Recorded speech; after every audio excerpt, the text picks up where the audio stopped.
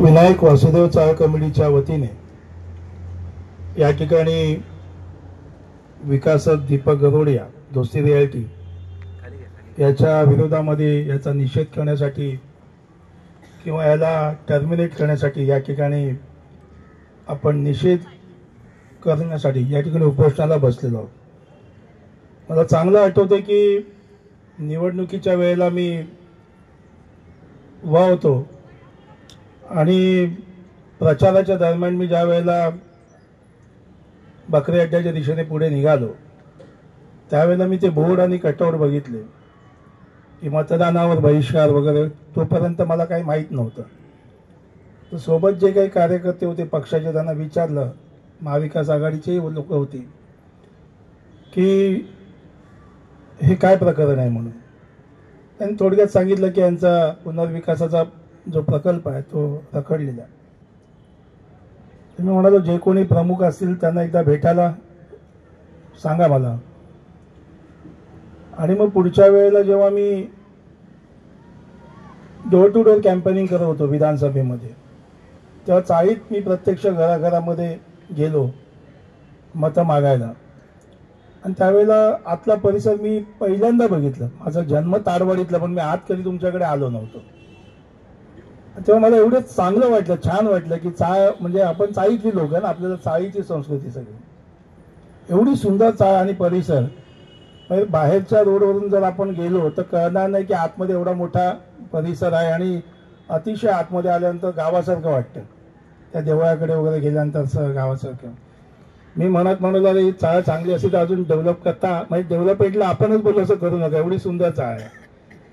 आणि आता ही फार चाळ आपल्याला कमी ठिकाणी मिळते बघायला. म्हणजे आपला परिसर असेल किंवा चिंचपोकळी, लालबाग, करिरोड, लोहरपरळ, एल्फिस्टन, दादर एवढ्या परिसरात आहे. प्रभादेवीला काही ठिकाणी, बाकी ठिकाणी आता चाळ संस्कृती आपली जवळजवळ गेलेली आहे. असो, पण आपल्या सगळ्यांच्या एकजुटीचा विषय आहे. आनंद आमचा जुना मित्राचा खेडकर आणि हे त्या दिवशी माझ्याकडे आलेले, आपलं नाव विसरलं, अभिषेक निवडणुकीच्या आधी देखील माझ्याकडे आलेले. थोडक्यात त्यांनी मला काही गोष्टी सांगितल्या आणि मी त्यांना विचारलं एवढ्या वर्ष रखडण्याचं कारण काय, तर तुमच्या काय मागण्या अवास्तव आहेत का किंवा त्याला काय द्यायचं ते परवड.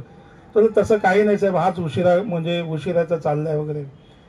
पण माझी विनंती आहे तुम्हाला सगळ्या रहिवाशांना की एक आहे ना की एकदा तुमचे प्रमुख कोण 2-4 लोक 5 लोक असतील त्यांनी मला एकदा भेटून, मी अर्धा पाऊण तास नाही 1 तास देईन, तुमचं जेवढं पेपरवर्क झालं आहे त्याला टॅग लावून मला फक्त तुम्ही एक सेट आणा आणि तुम्ही काय सुरुवात केली आणि आत्तापर्यंतचं लास्ट अपडेट काय आहे आणि कुठे आपली गाडी थांबली आहे. तुमच्या अनेक बैठका झाल्या. मला एवढं कळलं की तुम्ही मतदानावर बहिष्कार टाकला म्हणजे तुम्ही प्रशासनावर किंवा राज्य सरकार किंवा महापालिकेला कंटाळून आणि लोकप्रतिनिधींना कंटाळ. का तुमच्या निवेदनामध्ये आहे की लोकप्रतिनिधींनी पण काही सहकार्य केलं नाही. मी घाबरलो, बोललो मी आता निवडून येतोय, म्हणजे आधीच्यांनी काय केलं ते मला माहीत नाही, पण बोललो एकदा आपण आढावा घेऊ. आता ही माझी स्वतःची एक जबाबदारी आहे की त्या ठिकाणचा लोकप्रतिनिधी असल्यामुळे. तर आपण एकदा भेटा, मला व्यवस्थित समजावून सांगा विषय. मग रिपेअर बोर्ड असेल, म्हाडा असेल, महानगरपालिका असेल, बिल्डिंग प्रपोजल असेल, कुठेही आपण जाऊन मीटिंग लावायची काय ते आपण लावू. पण 270 कुटुंब कमर्शियल रेसिडेन्शियल असे मिळून तिथे राहतात. मराठी लोक आहेत आपली. आणि तुम्ही सगळ्यांनी त्यांना कन्सर्न दिले 2005-06 मध्ये आणि 17 वर्ष झाली बिल्डर त्याला NOC घेतोय. का टाइमपास करतोय मला माहीत नाही. जर एवढा मोठा बिल्डर आहे, एवढे मोठमोठे टॉवर आणि कॉम्प्लेक्स बांधलेत तर त्याचा सगळीकडे सेटअप चांगलाच असणार. मग एवढा वेळ काय लागतो. 2 गोष्टी असतील, एक तर त्याला आपल्याला रखडवून एकेकाला बाहेर काढायचं असेल किंवा आपल्या मागण्या काहीतरी अवास्तव असतील.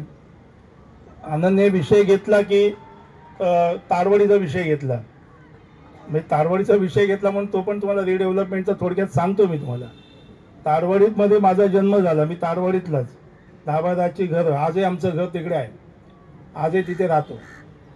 पण एक आहे की रहिवाशांमध्ये एकजूट नसते आणि रहिवाशांच्या मागण्या अवास्तव असल्या मग अनेक विकासक येतात आणि वेगवेगळे विकासक वेगवेगळ्या आपल्या रहिवाशांमध्ये दुफळी निर्माण करतात आणि मोठमोठी लालच देतात आणि मग आपसात भांडणं लावून तो विषय चालतो. आणि रहिवाशांची एकजूट नसेल तर त्याचा नक्कीच फायदा विकासक घेतो आणि विकासकाला मग तो प्रकल्प लांबला की तो पण त्याच्या पद्धतीने हातपाय पसरायला लागतो आणि जे हक्काचं घर आपल्याला मिळणार आहे ते होत नाही.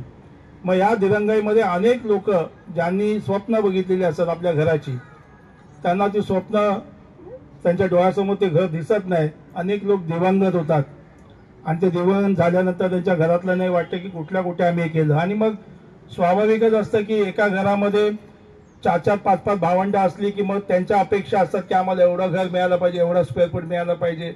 मग ते काही घरातले काही क्लेश असतात ते मध्ये बाहेर येतात आणि मग ते वेगळी कमिटी बनवणं वगैरे असा प्रकार.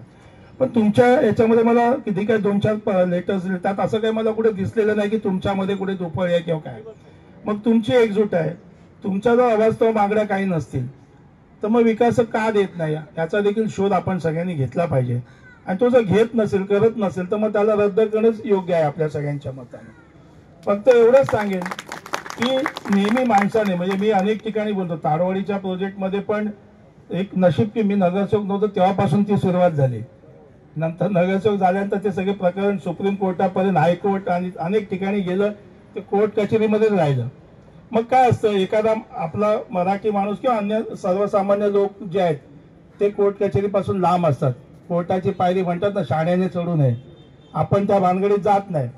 पण एखादा जो विरोधक विकासक असतो ना, तो फुल पैसा देतो, त्याला तो प्रोजेक्ट घ्यायचा असतो दुसऱ्या विकासकाकडून आणि मग तो फायनान्शियल त्याला सगळं मदत करतो. मग काही रहिवासी त्याच्या नादाला लावून कोर्टात केसेस